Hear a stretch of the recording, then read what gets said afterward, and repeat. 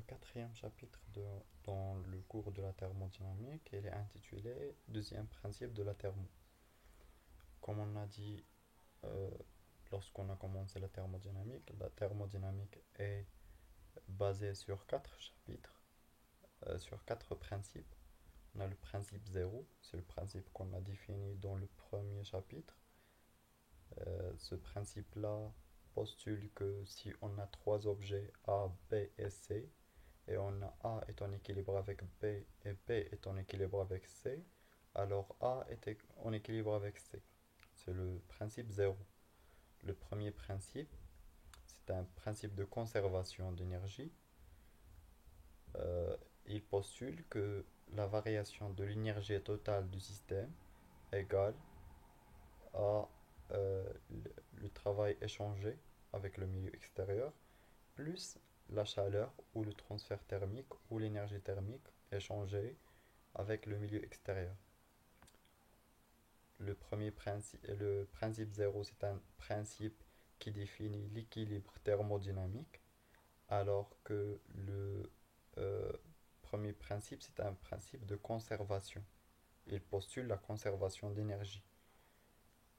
Le premier principe, il faut toujours faire attention que le premier principe s'applique à un système fermé. Dans un chapitre, on va voir comment on peut l'appliquer à un système ouvert.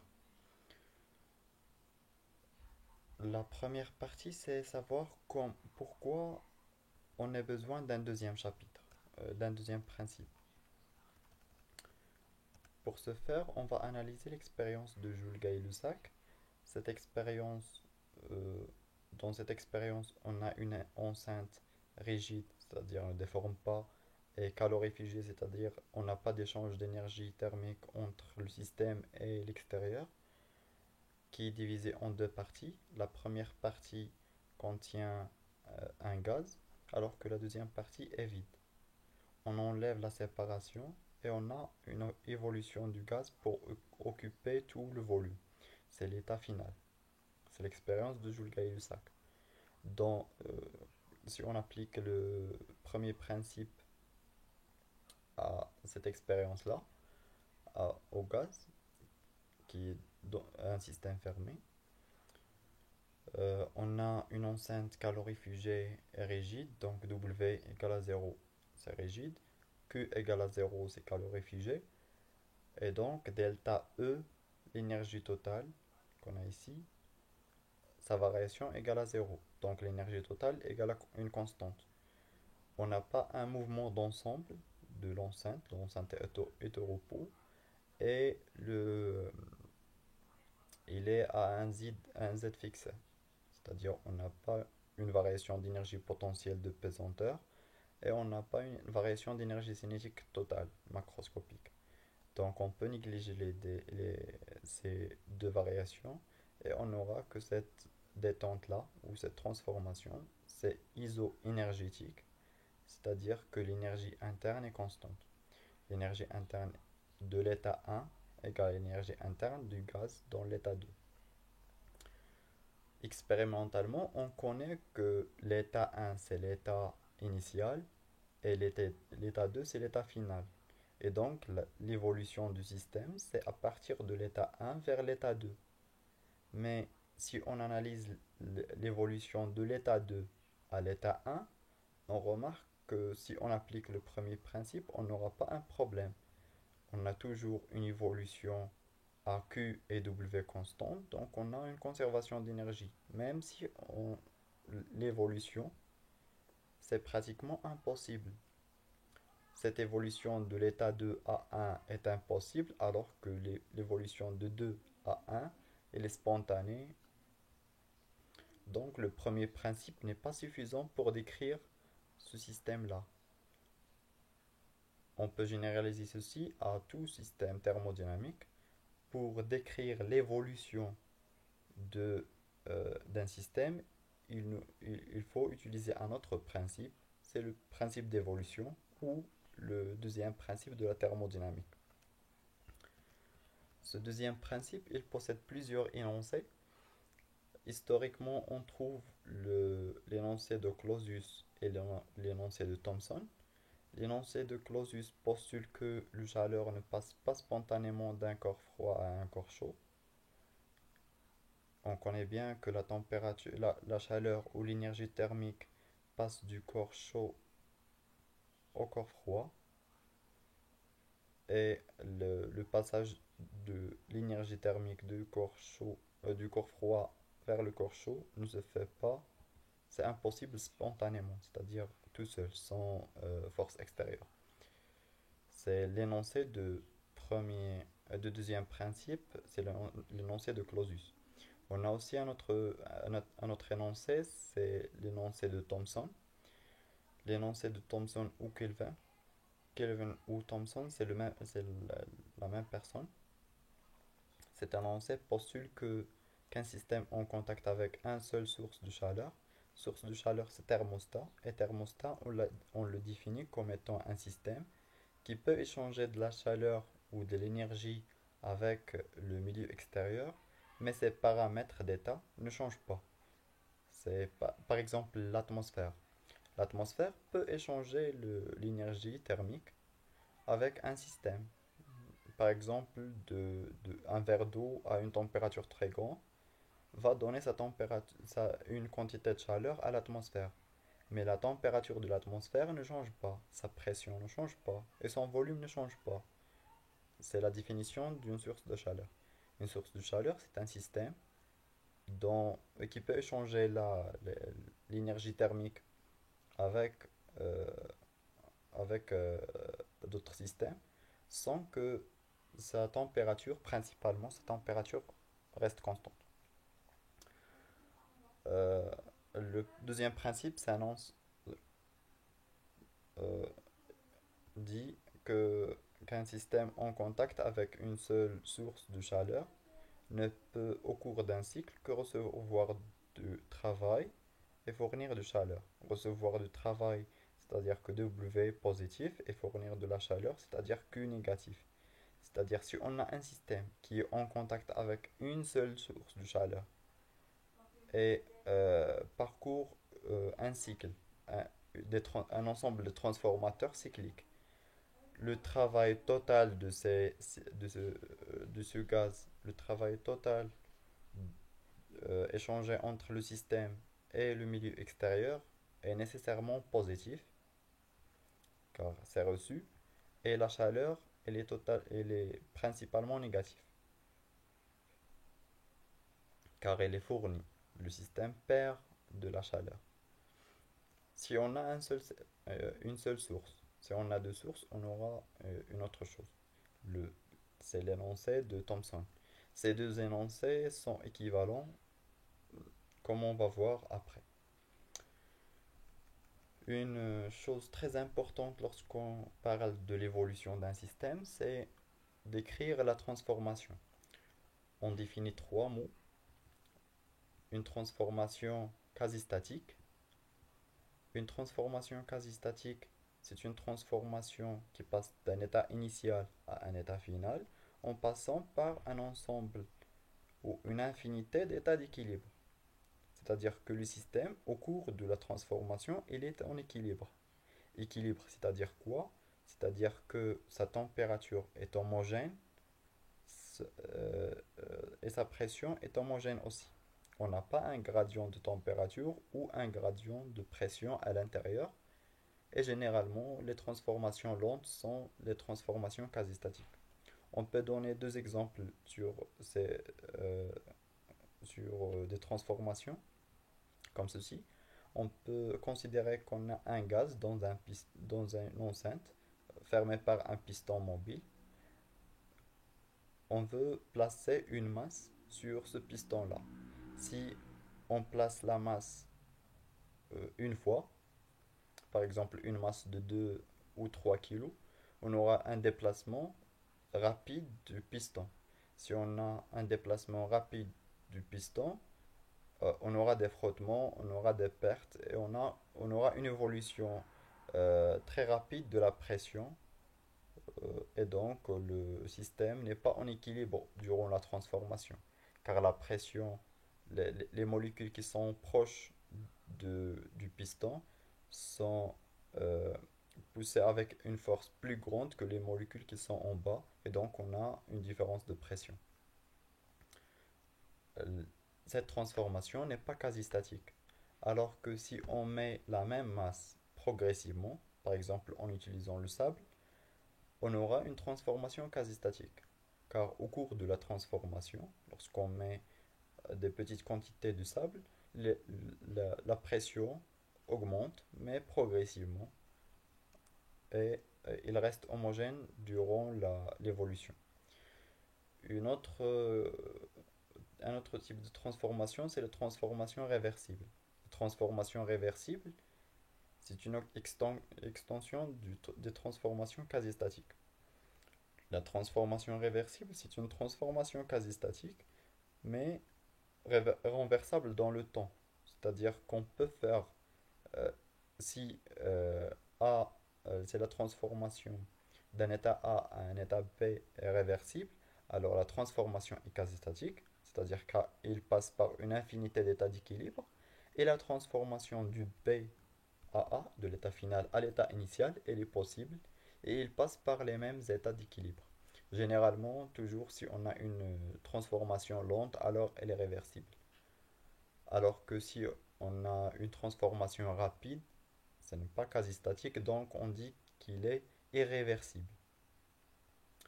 Pour connaître euh, qu'une transformation est réversible ou non, on a quelques causes de la réversibilité. La première cause, c'est les frottements. Si on a des frottements solides ou fluides, les frottements solides sont les frottements entre les solides. On a un contact entre les solides, donc on a des frottements. Ces frottements sont appelés frottements solides. Ils sont étudiés en mécanique de solides en deuxième année. On a d'autres types de frottements, c'est les frottements fluides. C'est lorsqu'un solide se déplace dans un fluide. On a des frottements et la force de frottement est proportionnelle à la vitesse ou à la vitesse au carré, selon la vitesse du corps. C'est la force qu'on a étudiée en mécanique en la notant F égale à moins alpha V ou alpha V carré, selon le modèle considéré. Tous les types de frottements sont des causes de réversibilité. C'est-à-dire au cours d'une transformation, si on a des frottements solides ou fluides, on a, une transformation irréversible. La deuxième cause, c'est la non-uniformité des grandeurs intensives. Les grandeurs intensives sont la température, la concentration, la densité particulière, la pression. Si on a une grandeur intensive qui caractérise le système et qui dépend du point, de la position, alors on a la transformation d'un tel système, c'est une transformation irréversible. Si on a un gradient de température, c'est-à-dire que la température euh, varie dans le système, au cours en fonction de l'espace et non pas du temps, en fonction de l'espace, alors on a un gradient de température et ce gradient de température cause un phénomène de diffusion, c'est-à-dire que la chaleur se déplace à l'intérieur du système. La chaleur se déplace à l'intérieur du système, toute transformation de ce système-là, c'est une transformation irréversible. La même chose pour la concentration, si on a une différence de concentration, on aura une diffusion aussi, diffusion de particules. La même chose pour une densité particulière, c'est-à-dire si on a une masse volumique qui dépend de la position, on a aussi un phénomène de diffusion et tous les phénomènes de diffusion sont des phénomènes irréversibles comme vous allez voir en deuxième année lorsque vous établissez l'équation de diffusion. La troisième cause, c'est les réactions chimiques. Les réactions chimiques sont des réactions entre les espèces chimiques. Ces réactions-là, on peut les décrire avec les fonctions d'état, par exemple l'énergie interne ou l'enthalpie. Et lorsqu'on fait ceci, on démontre bien que les réactions chimiques sont des transformations, causent une irréversibilité dans le système. C'est le sujet de la thermochimie ou la thermodynamique chimique qui est étudiée en deuxième année aussi. Après la définition de l'irréversibilité, on revient à la deuxième principe.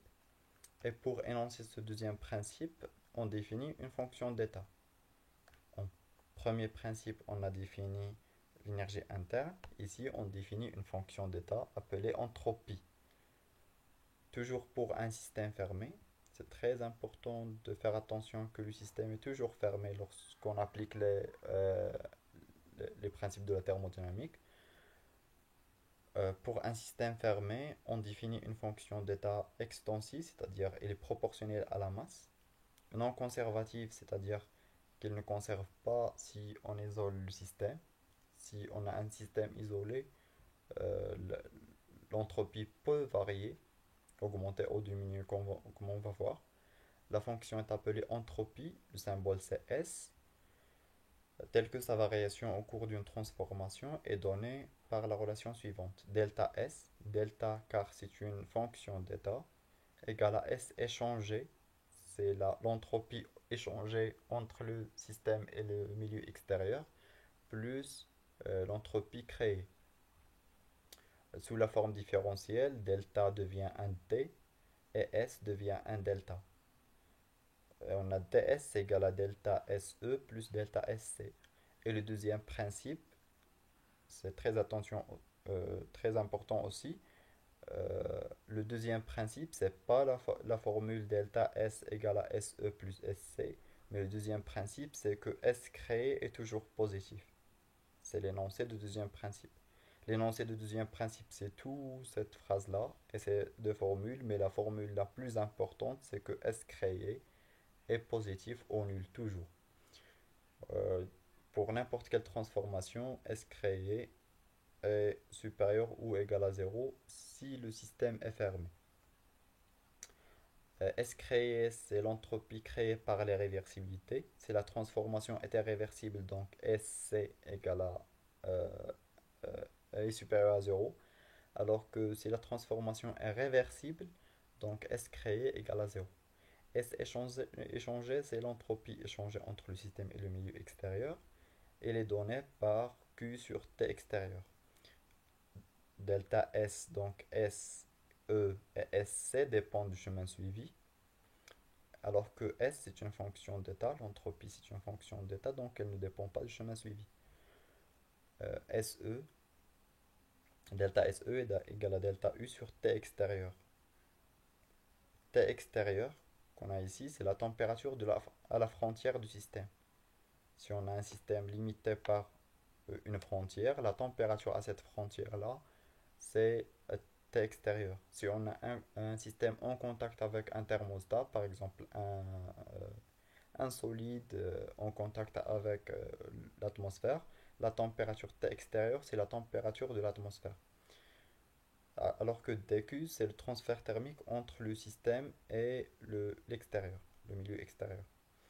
S est une fonction d'état, on a ici des remarques. S est une fonction d'état, donc il dépend de l'état initial et l'état final, et non pas du chemin suivi. Donc on peut écrire delta S égale à SF moins SC, et SE, SI. L'entropie finale moins l'entropie à l'état initial, c'est comme l'énergie interne. L'entropie créée SC et l'entropie échangée SE dépendent du chemin suivi.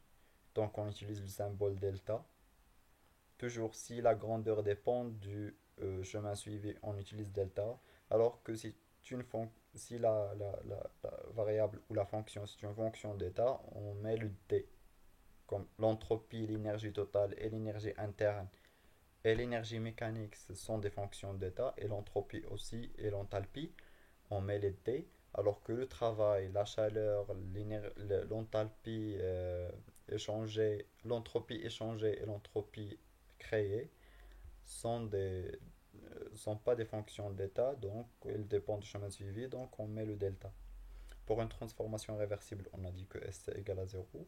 Pour une transformation monotherme, on dit qu'une transformation monotherme, c'est comme monobar. On a dit monobar, c'est lorsque la pression du système égale en tout instant à la pression extérieure. C'est pas toujours fixé. La pression peut changer au cours du temps, mais au cours de cette de ce changement, il est toujours égal à la pression extérieure. C'est monobar. Monotherme, c'est la même chose mais avec la température.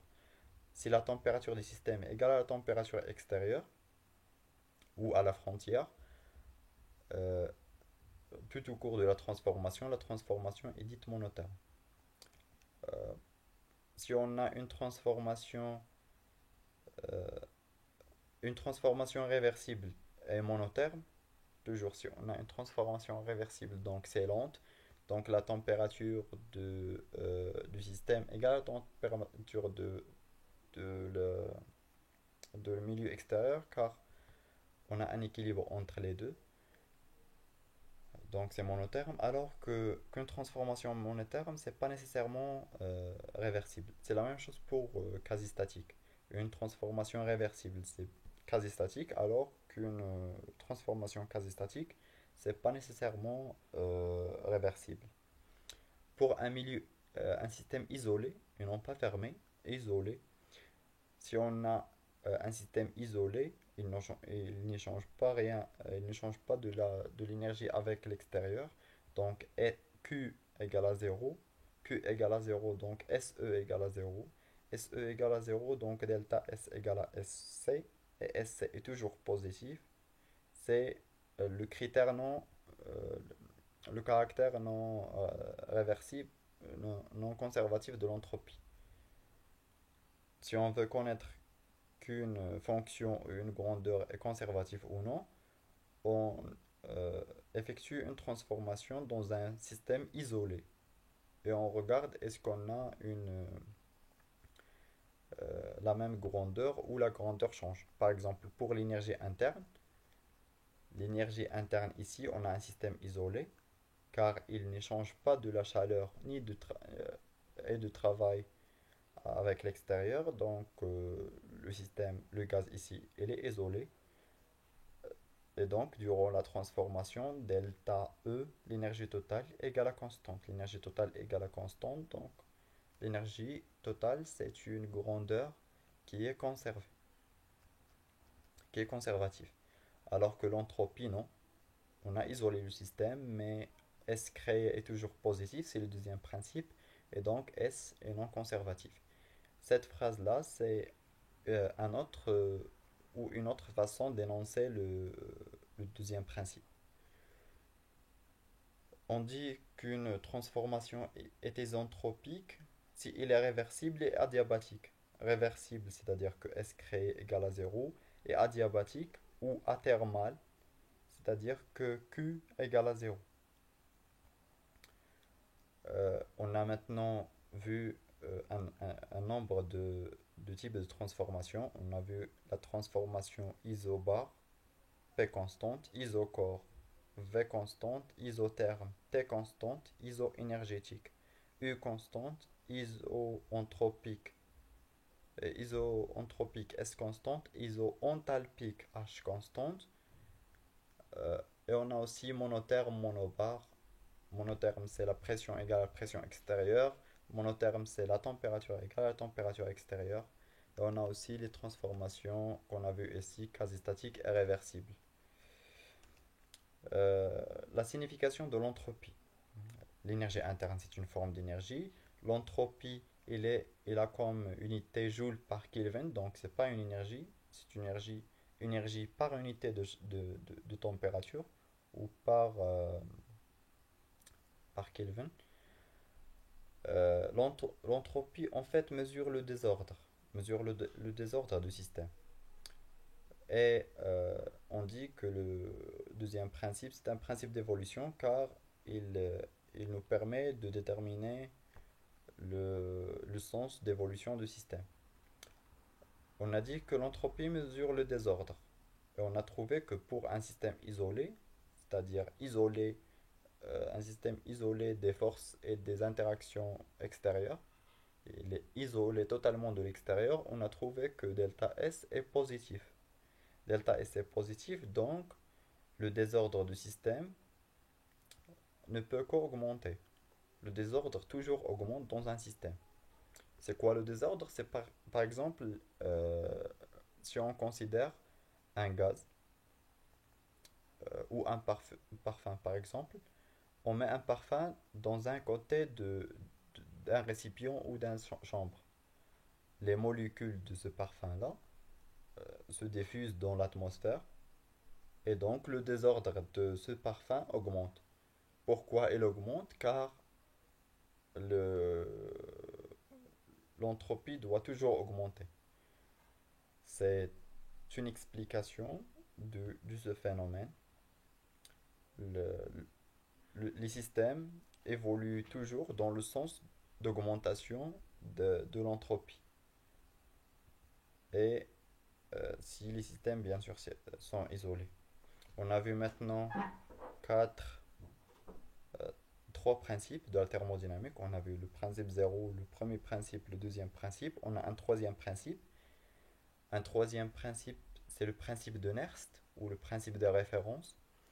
Il postule que l'entropie d'un corps cristallin égale à zéro, à T égale à zéro. C'est-à-dire que S de T égale à zéro égale à zéro. D'où vient ce principe-là? Ce principe, bien sûr, c'est un postulat, c'est-à-dire il n'a pas de démonstration, mais on peut l'expliquer avec de- un peu d'analyse. On a dit que l'entropie mesure le désordre. Le désordre d'un système, bien sûr, dépend de la température. Si on compare entre un gaz et un liquide, le désordre dans le gaz est plus grand que le désordre dans le liquide. Et donc, si on diminue la température d'un système, le désordre diminue. Le désordre diminue. Si on a un système isolé, S diminue aussi. S diminue, on diminue la température jusqu'à 0 Kelvin. Lorsqu'on lorsqu'on est à 0 Kelvin, euh, l'énergie cinétique microscopique qui est proportionnelle à la température devient nulle. L'énergie cinétique devient nulle, donc on n'a pas de mouvement. Toutes les particules sont au repos. Les particules sont au repos, donc on n'a pas de mouvement, donc on a juste un solide au repos. Et donc on dit que son désordre égale à zéro. C'est l'état parfait où on n'a pas un désordre. Et donc l'entropie, euh, et donc le troisième principe postule que l'entropie d'un corps cristallin, c'est très important d'avoir un corps cristallin, car si on diminue la température, on peut avoir d'autres types de solides qu'on va voir lorsqu'on va traiter la cristallographie en chimie. Mais malheureusement, le T égale à 0 Kelvin, c'est impossible réellement. Pratiquement, T égale à 0 Kelvin, c'est-à-dire que les particules sont au repos. Les particules sont au repos, donc leur position est fixée et leur vitesse égale à zéro. La vitesse égale à zéro, c'est-à-dire que la précision ou l'incertitude sur la connaissance de la vitesse, c'est zéro, car c'est une vitesse égale à zéro. Donc, on connaît la vitesse avec une grande précision et on connaît la position avec une grande précision, car la particule, c'est au repos. Or, lorsqu'on a traité l'atomistique, on a vu le principe d'incertitude de Heisenberg qui postule que delta x fois delta v ou delta p, la quantité de mouvement, delta x fois delta v, l'incertitude sur la position fois l'incertitude sur la vitesse est toujours supérieure à h bar. Donc on ne peut pas avoir les deux, l'incertitude sur la position et l'incertitude sur la vitesse égale à zéro. Et donc la température est toujours supérieure à 0 Kelvin en pratique. C'est impossible d'obtenir un corps à 0 Kelvin. On a des corps à 2 Kelvin, 3 Kelvin, à des températures très basses, à des nano-Kelvin, mais 0, c'est impossible. Donc c'est un principe, c'est le troisième principe de la thermodynamique. Donc on a vu les quatre principes de la thermo. Le principe d'équilibre, c'est le principe zéro. Le principe de conservation, c'est le premier principe. Le principe d'évolution, c'est le deuxième principe, et le principe de référence qui donne la référence de l'entropie, c'est le troisième principe. Essayons de trouver une relation entre le premier principe et le deuxième. Pour une transformation réversible, si on a une transformation réversible, S échange S créé égale à 0, et donc ds égale à delta S créé. Delta S créé, or delta S créé, c'est delta Q sur T. On a une transformation réversible, donc c'est monotherme, donc T extérieur égale à T. Et on met ici réversible pour dire que la transformation c'est réversible. Donc à partir de cette relation, on écrit que dq réversible égale à tête ds. Et en remplaçant dans le premier principe, qui s'écrit sous la forme du égale à dq plus dw, dq c'est tête ds, dw c'est moins p extérieur dv. Or la transformation c'est réversible, donc c'est mono bar. Donc la pression extérieure égale à la pression intérieure, c'est P. Et donc du égale à T ds moins P dv, c'est la première identité thermodynamique. C'est une relation entre U, S et V. Donc U, l'énergie interne, dépend de l'entropie et de volume. En utilisant l'expression de l'enthalpie, on peut démontrer la même chose, une autre identité. On a dH, c'est dQ plus VdP. Et donc, dQ, on la remplace par TdS et on trouve que dH égale à TdS plus VdP. TdS plus VdP, ce qui donne la deuxième identité thermodynamique. Ces identités sont bien sûr valables, même si la transformation n'est pas réversible. Pour une transformation irréversible, on a toujours les mêmes identités. Pourquoi? Car on a ici juste des variables et des fonctions d'état. Et les variables et les fonctions d'état ne dépendent pas du chemin suivi. Donc si on a une transformation irréversible du point A vers le point B, on peut toujours trouver un chemin qui est réversible du point A au point B. Et U, S et H ne dépendent pas du chemin suivi, donc on, on peut choisir n'importe quel chemin qu'on veut et on choisit un chemin réversible pour appliquer ces deux relations. Et donc ces relations-là sont valables pour n'importe quelle transformation, même si elle est réversible. Mais pour la démonstration, on utilise une transformation réversible. Mais la cause, c'est, comme on a dit, euh, pour n'importe quelle transformation d'un état A à un état B, on peut trouver une transformation réversible de l'état A à l'état B. À partir de cette relation, on démontre que U dépend de S et V et H dépend de S et P. Et donc, on peut écrire U, c'est une fonction d'état, donc on l'écrit qui dépend de S et V. Donc, on écrit du sur ds fois ds, du sur dv fois dv. C'est comme on a fait pour la mécanique pour DOM. DOM dépend de x, y et z.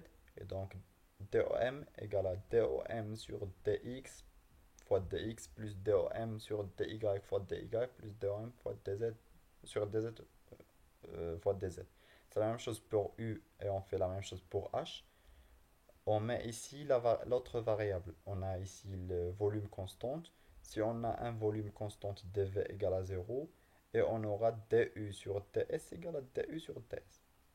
La même chose pour h. Et par identification avec l'identité thermodynamique, on obtient que t égale à du sur ds. T égale à du sur ds. À partir de cette relation, on peut écrire dh sur ds, à p constante. Et la même chose pour moins p. Moins p égale à du sur dv, à s constante. La température et la pression qu'on définit ici sont appelées température thermodynamique et pression thermodynamique. Les températures et les pressions, la température et la pression qu'on a vues pour un gaz parfait sont des températures cinétiques qui sont associées à l'énergie cinétique microscopique du système. Et la pression cinétique, c'est la pression qui est relié au choc entre les particules de fluide considéré avec la paroi. C'est les grandeurs cinétiques. Les grandeurs thermodynamiques sont définies à partir des fonctions d'état U et S ou H et S ou H et V. V aussi c'est une fonction d'état car elle dépend de T et P qui sont des variables d'état. On note bien que la température et la pression thermodynamique sont équivalents à la température et la pression cinétique. La température thermodynamique qu'on a définie ici, par cette relation, est égale à la température cinétique qu'on a définie pour un gaz parfait. La même chose pour la pression, ils sont les mêmes. C'est comme la masse inertielle et la masse gravitationnelle qu'on a vu en mécanique. Deux définitions différentes, mais le sens c'est le même. La- L'utilisation ou la signification c'est la même. Bilan anthropique. Faire le bilan anthropique, c'est comme le bilan énergétique. Le bilan énergétique, c'est-à-dire appliquer le premier principe de la thermodynamique à un système.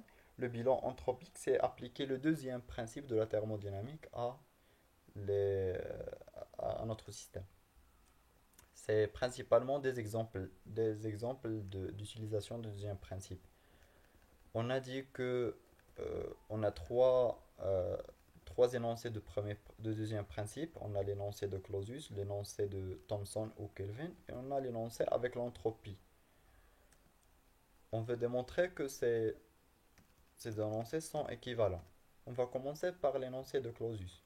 L'énoncé de Clausius, dans cet énoncé, on a un système qui échange la chaleur ou le transfert thermique avec deux sources, une source froide et une source chaude, et que, on veut montrer que la chaleur ou l'énergie thermique passe du corps chaud vers le corps froid. Et donc, le système reçoit de la chaleur de la source chaude, donc on doit trouver que QC est positif et perd cette chaleur pour la source froide, donc on va trouver que QF est inférieur à zéro. C'est ce qu'on veut démontrer en utilisant l'entropie. Le premier principe, si on applique le premier principe, delta U égale à zéro, delta U de tout le système qui comporte ce système-là, et euh, le,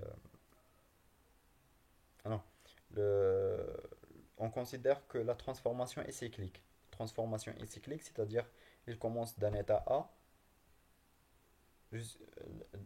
et retourne vers l'état A. C'est comme les cycles qu'on a vus dans le TD2 chapitre 3. Les cycles de la forme A, B, C, D et A. On revient à A. C'est la transformation cyclique. Durant ces transformations, delta U égale à zéro. Delta U égale à zéro est donc, euh, car la transformation cyclique, et delta U à partir du premier principe égale à W plus Q. W égale à zéro car on considère que l'ensemble est isolé. On n'a pas d'échange de travail avec l'extérieur. Et Q égale à QC plus QF. Ce sont les chaleurs échangées entre le système et l'extérieur qui est ici la source froide et la source chaude. À partir de cette relation du premier principe, on obtient que QC égale à moins QF. C'est-à-dire que le système, le système c'est juste un moyen de transport de la chaleur d'une source vers l'autre. Maintenant, on applique le deuxième principe. Si on applique la définition de l'entropie, c'est delta S égale à SE plus SC. S, la transformation, c'est toujours cyclique. Delta S égale à zéro. Or, SE, on a dit c'est euh, delta Q sur T. Delta Q, on a ici deux delta Q et deux températures. De ce côté-là, le système échange QF avec TF, il est en contact avec TF, donc c'est QF sur TF. Et de l'autre côté, on a un échange avec la source chaude, un échange d'une quantité QC sur TC. Et donc, S échangé égale à QC sur TC plus QF sur TF plus S créé, qui est égal à 0 car la transformation c'est cyclique. Et S c'est une fonction d'état. En appliquant le deuxième principe, S créé est supérieur ou égal à 0 et on remplace S créé à partir de cette relation. On obtient que S créé c'est moins QF sur TF moins QC sur TC qui est supérieur à 0. Et donc, si on remplace QF par moins QC, QF par moins QC, on aura ici un plus et ici un moins. Et en factorisant par QC, on aura QC facteur de 1 sur TF moins 1 sur TC qui est supérieur à 0. Or, la source C est chaude, donc TC est supérieur à TF.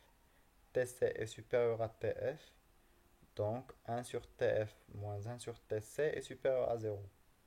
Et le produit est supérieur à 0, donc QC est supérieur à 0. Et QF est, est inférieur à 0. Et donc, le système reçoit de la chaleur de la source chaude et donne cette chaleur à la source froide. Reçoit car c'est positif et donne la chaleur car c'est négatif. Il reçoit QC et donne QF. Or, QC égale à moins QF, donc il reçoit la chaleur de la source chaude et il la donne à la source froide. Et donc la chaleur passe spontanément de la source chaude vers la source froide, ou du corps chaud vers le corps froid. C'est l'énoncé de Clausius. La chaleur ne passe pas spontanément d'un corps froid à un corps chaud. Donc elle passe du corps chaud vers le corps froid. Maintenant, on veut démontrer l'énoncé de Thomson en utilisant bien sûr l'entropie. On a un système qui échange euh, la chaleur avec une seule source et qui échange du travail avec l'extérieur et on a une transformation cyclique et on veut démontrer que le système recevra du travail, donc W est positif et Q est négatif. Pour ceci, on considère un système en contact avec deux sources et avec une seule source de chaleur, de température T0 et un milieu extérieur. Il échange avec le milieu extérieur W et il échange avec la source Q et la température de la source c'est T0. En appliquant le premier principe, la transformation c'est cyclique, donc delta U égale à 0 qui est égal à W plus Q, donc W égale à moins Q. Donc si on trouve que W est positif, Q est négatif. Or, d'après le deuxième principe, on a une transformation cyclique, donc delta SC égale à 0, égale à SC plus SE. SC, il n'a pas d'expression. Et SE, c'est Q sur T0, car on a ici une seule source. Une seule source donc, c'est Q sur sa température, Q sur T0. Ceci, c'est 0, donc SC égale à moins Q sur T0. SC égale à moins Q sur T0. Si on remplace moins Q par W, on aura W sur T0. Et SC, c'est positif, c'est le deuxième principe. Donc W, c'est positif. W, c'est positif, donc le système ne peut pas donner du travail à l'extérieur. Le système ne peut pas donner du travail à l'extérieur, donc toujours il reçoit du travail et il donne de la chaleur. Il reçoit du travail car W est positif et il donne de la chaleur car Q est négatif. On dit que la machine ne peut pas être un moteur car seuls les moteurs qui donnent du travail à l'extérieur. Si W est négatif, donc le système donne le travail à l'extérieur, donc c'est un moteur. Alors que si W est positif, donc le système reçoit du travail, donc c'est un récepteur. On va voir ceci dans le chapitre suivant. On remarque donc que tous les énoncés de deuxième principe sont équivalents. Lorsque dans une question vous trouvez énoncé le deuxième principe, on peut utiliser l'entropie, mais il faut faire attention que l'énoncé c'est que SC est positif ou nul, ou utiliser l'énoncé de Clausius ou de Kelvin, c'est la même chose. Pour un système isolé, l'entropie augmente jusqu'à une valeur maximale, c'est ce qu'on a dit lorsqu'on a parlé sur un système isolé. Pour un système isolé, et non pas fermé, isolé, SE c'est 0 et delta S égale à SC. On n'a pas la transformation cyclique. Delta S égale à SC qui est positif. Donc delta S est positif. Donc S augmente. S augmente jusqu'à où? Il augmente jusqu'à sa valeur maximale. Maintenant, on va étudier un gaz parfait. Pour déterminer la variation d'entropie d'un gaz parfait, on va utiliser l'identité thermodynamique. On peut utiliser la première ou la deuxième, c'est la même chose. On va utiliser ici la première. On a du, c'était ds moins p dv. Donc ds, c'est du sur t plus p sur t dv. Or, pour un gaz parfait, on a du égale à cv dt. U dépend juste de la température. Et pv égale à nRT. Donc, on place du ici par cv dt. Et p sur t, c'est nr sur v. On obtient alors que ds égale à cv dt sur t plus nr dv sur v. En intégrant ceci entre un état final et un état initial, Cv pour un gaz parfait ne dépend pas de la température. Il dépend de la température, mais on considère que les intervalles choisis sont des intervalles où Cv ne dépend pas de la température. Donc on aura Cv ln de T final sur T initial. La même chose ici, on intègre dv sur V, nr ne dépend pas de volume. Donc on, on obtient nr ln de V final sur V initial. En utilisant le deuxième identité, on peut la deuxième identité thermodynamique, c'est dH égale à tête ds plus VdP. C'est l'expression avec l'enthalpie. Et l'enthalpie d'un gaz parfait, c'est Cp dt. Si on intègre ceci, on trouve que delta S égale à Cp ln de T final sur T initial moins Nr ln de P final sur P initial. Ces deux expressions, bien sûr, sont équivalentes. On peut passer d'une expression à l'autre en utilisant la relation de Maillard qu'on a démontré dans le chapitre précédent. C'est Cp moins Cv égale à Nr. Et l'équation du gaz parfait pour passer de P à V. Pour la détente de Joule-Gay-Lussac, c'est la détente qu'on a vue dans l'introduction, dans la présentation. On a initialement VI et TI. Et à l'état final, on a le volume devient le double de volume initial et la température reste constante. Pour un gaz parfait, c'est isotherme. Si on remplace TF par TI, on aura une simplification ici. Et V final, c'est 2V initial, donc on aura NR ln de 2. Ln de 2 c'est positif, NR c'est positif, donc delta S est positif.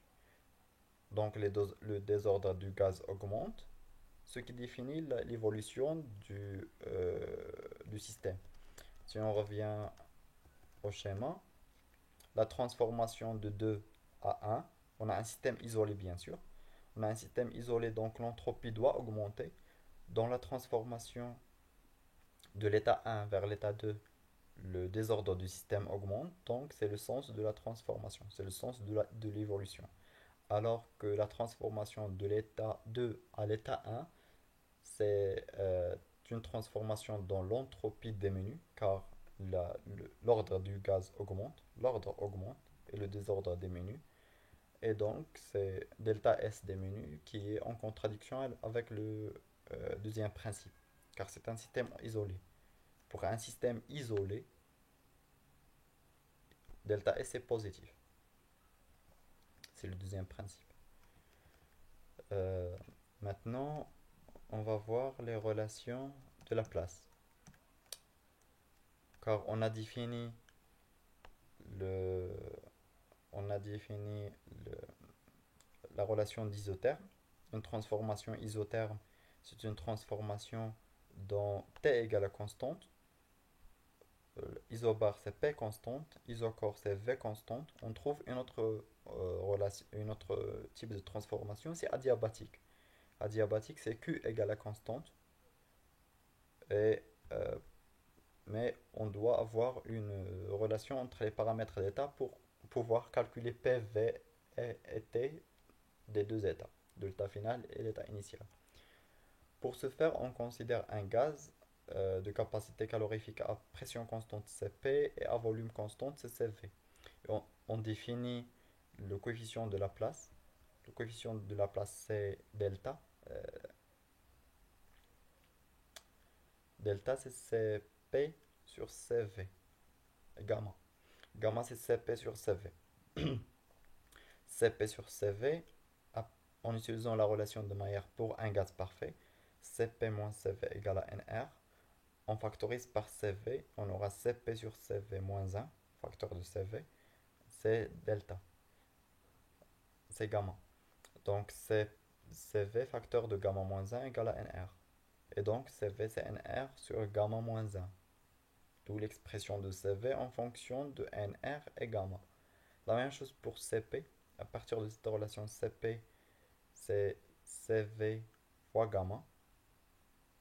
Et donc c'est Cp en fonction de Nr et gamma, c'est cette relation-là.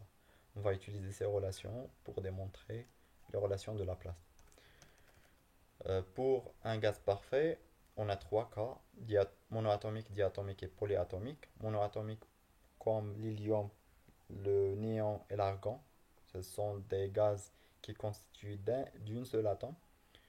La même chose ici, diatomique O2, N2, Cl2 et polyatomique CO2, etc.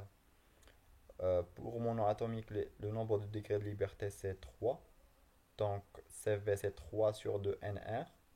3 sur 2 NR. On ajoute un NR en utilisant la relation de Maillard. CP c'est NR plus CV. On obtient 5 sur 2 NR. Et donc gamma c'est CP sur CV. C'est toujours CP sur CV.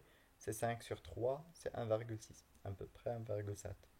Pour les diatomiques, on aura 5 sur 2 NR, car on a 5 degrés de liberté, 3 de translation et 2 de rotation. Si on ajoute un NR, on aura 7 sur 2 NR, et gamma, donc, c'est 7 sur 5. C'est 1,4. C'est la valeur donnée classiquement pour l'air, car elle est constituée de O2 et N2, donc on le considère comme un gaz diatomique. Alors que pour les polyatomiques, on aura 6 NR sur 2. 6, c'est le nombre de degrés de liberté. On a 3 translations et 3 rotations. Si on ajoute un NR, on aura 8. Et 8 sur 6, c'est 1,33. C'est la valeur de gamma. Ces valeurs sont toujours dépendent de la nature du gaz. Pour un gaz parfait, bien sûr. Maintenant, on considère un gaz parfait, donc la relation de la variation d'entropie, c'est celle-là, et on considère une transformation isentropique. Isentropique, c'est que S égale à constante. Isentropique, c'est une transformation adiabatique, Q égale à constante. Réversible, c'est S créé égale à constante. Donc delta S égale à 0, car isentropique. Donc on a Cp ln de T final sur T initial égale à Nr ln de P final sur P initial. On remplace Cp par son expression, on simplifie par Nr. On aura gamma ln de T final sur T initial égale à gamma moins 1 ln de P final moins P sur P initial. Et donc Tf sur T initial à la puissance gamma égale à Pf sur P initial à la puissance gamma moins 1. On réarrange cette relation-là, on obtient les grandeurs de l'état initial et la grandeur de l'état final. C'est l'une des relations de Laplace. On peut remplacer P par nRT sur V en utilisant la loi de gaz parfait et on aura cette relation-là. Et si on remplace T par PV sur NR, on aura cette relation-là. Les trois relations sont équivalentes. Ce sont les relations de Laplace. pour une phase condensée. On a vu maintenant pour les gaz parfaits. Et pour les phases condensées, c'est-à-dire les liquides ou les solides. Pour les liquides ou les solides, on va considérer un exemple. On considère un solide de masse M, de capacité thermique massique C. On a dit que les solides sont des phases incompressibles, donc P et V sont des constantes. Donc la variation de la chaleur dépend juste de la température.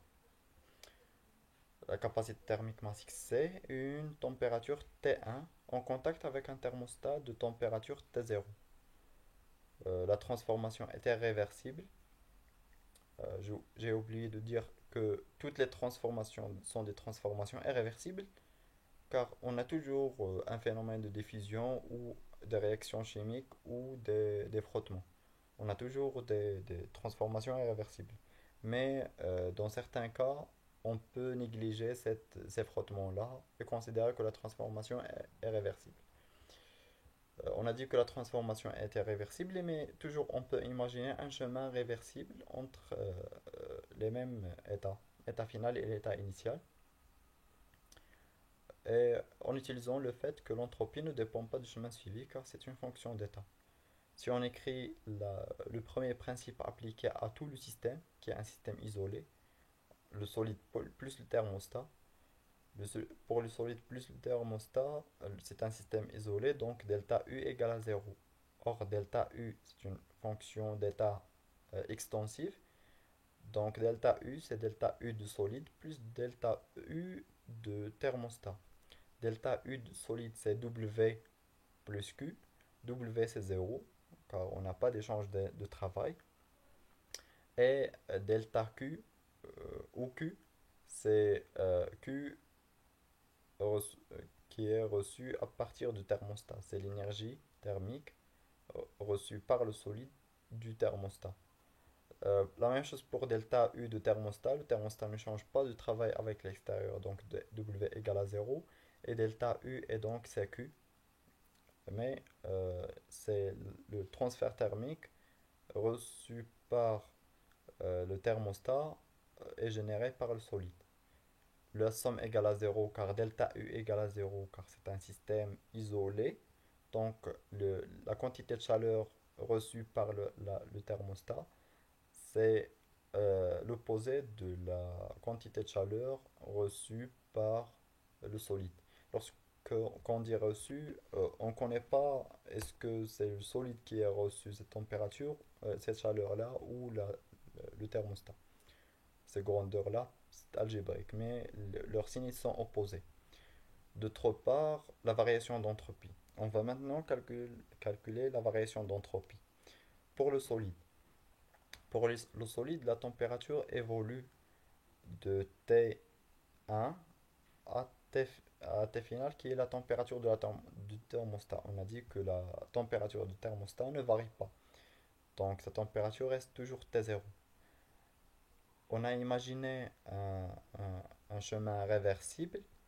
Donc S créé, c'est 0. Donc delta S de solide, c'est juste l'intégrale de dq sur T. La transformation est réversible, donc T extérieur égale à T. Et dq, c'est le même dq qu'on a vu ici. C'est la quantité de chaleur reçue par le solide. L'expression de cette quantité de chaleur, comme on a vu dans le chapitre précédent, c'est mc dt. M, c'est la masse du solide, C, c'est sa capacité calorifique massique, c'est pourquoi on a multiplié par M, fois dt, c'est la variation de la température. M et C sont indépendants de la température, donc on les fait sortir. Et on aura l'intégrale de dt sur t, c'est ln de t0 sur t1. Pour le thermostat, sa température reste fixe, mais elle échange de l'énergie thermique. La température reste fixée à T0, donc on met ici T0, et euh, l'énergie euh, échangée, l'énergie thermique échangée, est l'opposé de l'énergie thermique qu'on a ici. Car on ne connaît pas l'expression de l'énergie thermique d'un thermostat. Mais on connaît l'expression de l'énergie thermique des solides, des liquides et des gaz. Donc, on remplace par l'expression obtenue par le premier principe et on remplace Q de thermostat vers le solide par cette expression. On aura un signe moins. MC et T0 sont des constantes et donc on aura juste l'intégrale de dt qui est T final moins T initial, mais avec ce moins on aura T initial moins T final. T initial c'est T0, T final c'est T initial c'est T0. On aura la variation de température T1 moins T0. C'est pour le solide, la variation d'entropie pour le solide elle est ici, et pour le thermostat elle est ici. Pour l'univers c'est l'ensemble des deux.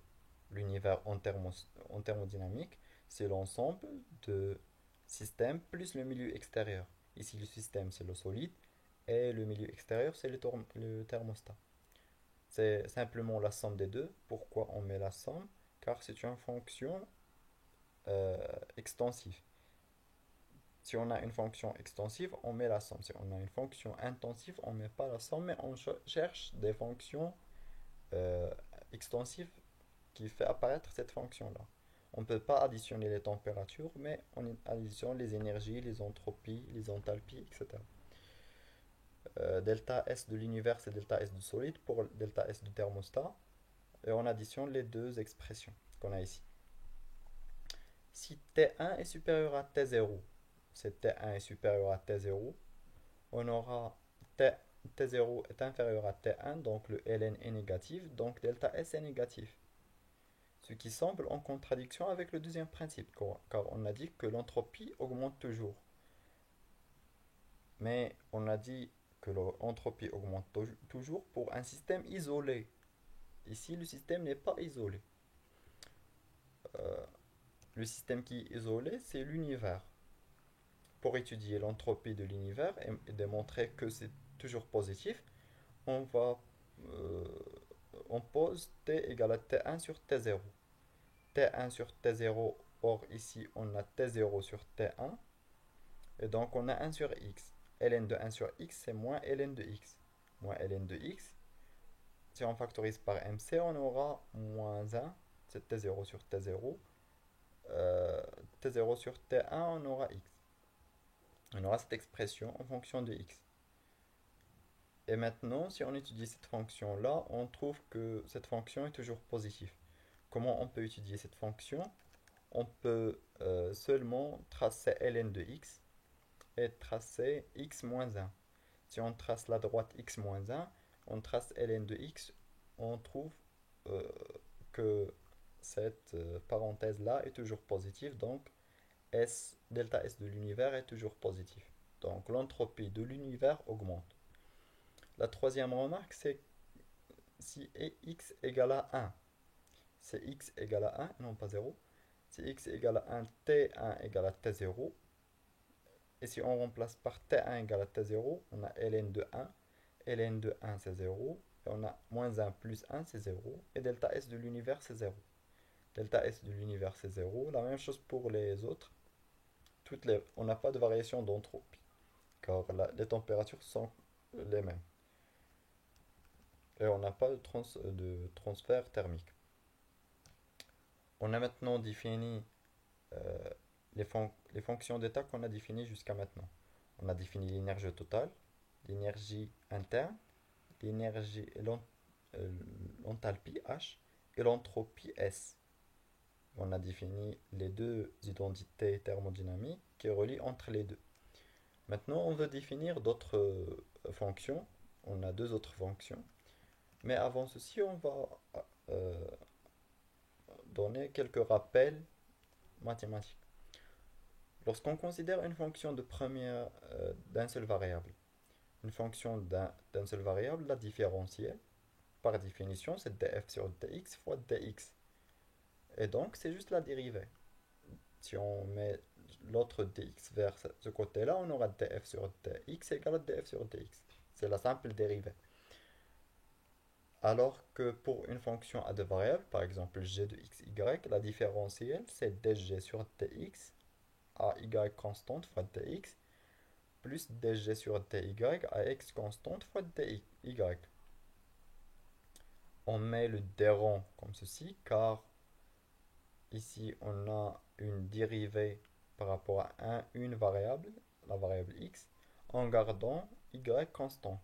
Si on a une fonction à deux variables, on met le dérond. Si on met une fonction à une seule variable, on met le d. Dans la dérivée, bien sûr. Alors que ce d là, c'est juste la notation de la différentielle. On dit que g est une fonction d'état. On dit que g est une fonction d'état si la dérivée de cette partie-là par rapport à y égale à la dérivée de cette partie-là par rapport à x. C'est-à-dire que la dérivée de g par rapport à x puis y égale à la dérivée par rapport à y puis x. Si on change si on change l'ordre des dérivées, le résultat ne change pas. C'est une fonction d'état. En maths, on les appelle des différentiels total exacts. On dit que dg c'est une différentielle totale exacte si la dérivée de g, la dérivée seconde par rapport à x puis y égale à la dérivée seconde par rapport à y puis x. Un exemple ici, c'est xy plus 3x carré. La différentielle, c'est la dérivée de cette fonction par rapport à x. C'est y plus 6x fois dx, plus la dérivée par rapport à y fois dy. La dérivée par rapport à y, x est constante, donc 3x carré c'est une constante. On aura ici la dérivée de xy, x est une constante, donc la dérivée de xy c'est juste x. Si on dérive cette expression-là par rapport à l'autre variable y, la dérivée de y plus 6x par rapport à y c'est 1, et la dérivée de x par rapport à dx, on aura dx sur dx c'est 1. Donc f de x, y ici, c'est une fonction d'état. C'est un exemple en maths sur les fonctions d'état ou le différentiel total exact. Fonction d'état, c'est un mot qu'on trouve en physique, non pas en maths. La définition des deux autres fonctions d'état. On définit l'énergie libre ou le potentiel thermodynamique. L'énergie libre, c'est F qui est égal à U moins TS. On a défini H par U plus PV. On a défini U, F par U moins TS. C'est en joules, c'est une énergie. C'est une énergie. La différentielle, si on veut calculer la différentielle dF, c'est du moins d de TS, qui est égal à du moins t ds moins s dt. C'est un produit de deux fonctions. En remplaçant du par l'identité thermodynamique, c'est ds moins pdv. En simplifiant, on aura df égale à moins s dt moins pdv. Et en utilisant le fait que f c'est une fonction d'état, la dérivée de s, en utilisant la relation qu'on a ici, on trouve que moins s égale à df sur dt. S, c'est moins df sur dt. La même chose, P, c'est moins df sur dv à S constante et ici à V constante. On définit aussi l'enthalpie libre. Ici, l'énergie libre, c'est à partir de l'énergie interne. L'enthalpie libre, c'est à partir de l'enthalpie de H. C'est presque la même définition. G égale à H moins TS. Si on utilise la même chose en utilisant la deuxième identité thermodynamique, on trouve que dg égale à moins s dt plus vdp. Et donc s égale à dg sur dt avec le moins, et v égale à dg sur dp à t constante, à l'autre variable constante. Les fonctions g et h sont des énergies, ils ont la dimension d'une énergie. Ils sont utilisés bien sûr en chimie, car si on veut étudier les transformations chimiques sont faites généralement à température et pression constante, donc G c'est constant. Si on utilise cette définition-là. Alors qu'en chimie, principalement en thermodynamique chimique, que vous allez étudier en deuxième année, vous trouvez l'expression générale de dg qui est utilisée en chimie. Et principalement l'enthalpie libre ou l'enthalpie de Gibbs, d'où le symbole G, nous permet de définir le potentiel standard qu'on a vu en oxyde de réduction et la constante d'équilibre qu'on a vu en chimie de solution. Euh, Ici, c'est un bonus sur les coefficients calorifiques. Les coefficients calorifiques, par définition, sont les coefficients qu'on trouve dans l'expression de dQ. C'est l'expression qu'on a donnée dans le chapitre précédent. On a dit que dQ est la troisième expression pour un gaz. C'est Cv dt plus LdV plus LdV ou Cp dt plus HdP ou lambda dP plus mu dV. On a utilisé Cv et Cp, mais on n'a pas défini les expressions de L, H, lambda et nu. Pour ce faire, on rappelle les différentiels de toutes les fonctions qu'on a vues. Du c'est TdS moins PdV, dH c'est TdS plus VdP, c'est les identités thermodynamiques. Et dF c'est moins SdT moins PdV, et dG c'est moins SdT plus VdP. Toutes ces fonctions sont des fonctions d'état. Donc, si on dérive T par rapport à V, on trouve la dérivée de moins P par rapport à S. C'est la propriété qu'on a vue ici. C'est la propriété qu'on a vue ici. Si on fait la même chose, cette relation est tirée à partir de DU, cette relation à partir de TH, cette relation à partir de TF et cette relation à partir de DG. Ces quatre relations sont les relations de Maxwell. Ce pas les équations de Maxwell que vous allez voir en deuxième année, mais c'est les relations de Maxwell. Les relations de Maxwell sont en thermodynamique, alors que les équations de Maxwell sont pour l'électromagnétisme.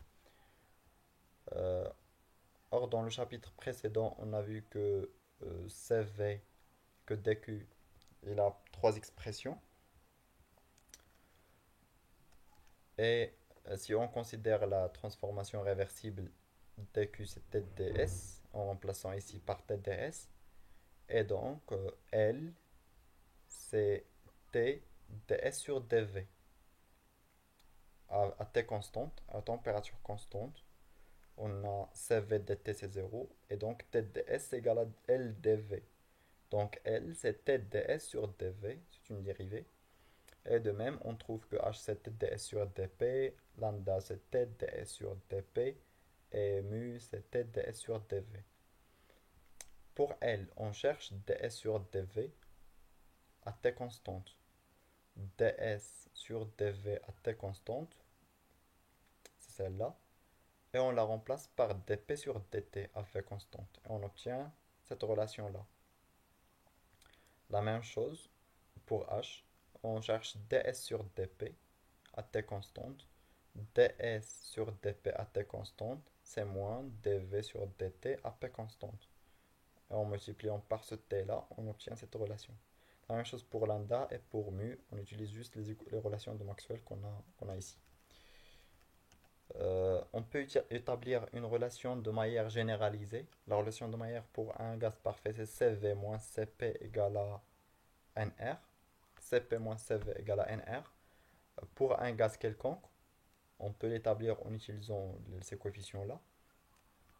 Pour ce faire, on va utiliser deux expressions de dQ, Cv dt plus LdV et Cp dt plus HdP. Et donc, en isolant dt, on trouve que dt c'est L sur Cp moins Cv dV moins H dP sur Cp moins Cv. Or, t c'est une fonction d'état. Toutes les variables d'état sont des fonctions d'état. T dépend de P et V par l'équation d'état. Et donc, dt, on peut l'écrire sous la forme de dt sur dv fois dp, dt sur dp fois dp. V constante ici, ici à p constante. Donc, par identification, ce terme-là est égal à celle-là, et celui-là est égal à celui-là. Et donc, on euh, trouve que CP moins CV, CP moins CV égale à L sur DT sur DV. On peut inverser cette dérivée-là et on obtient cette expression. CP moins CV égale à L dV sur dt.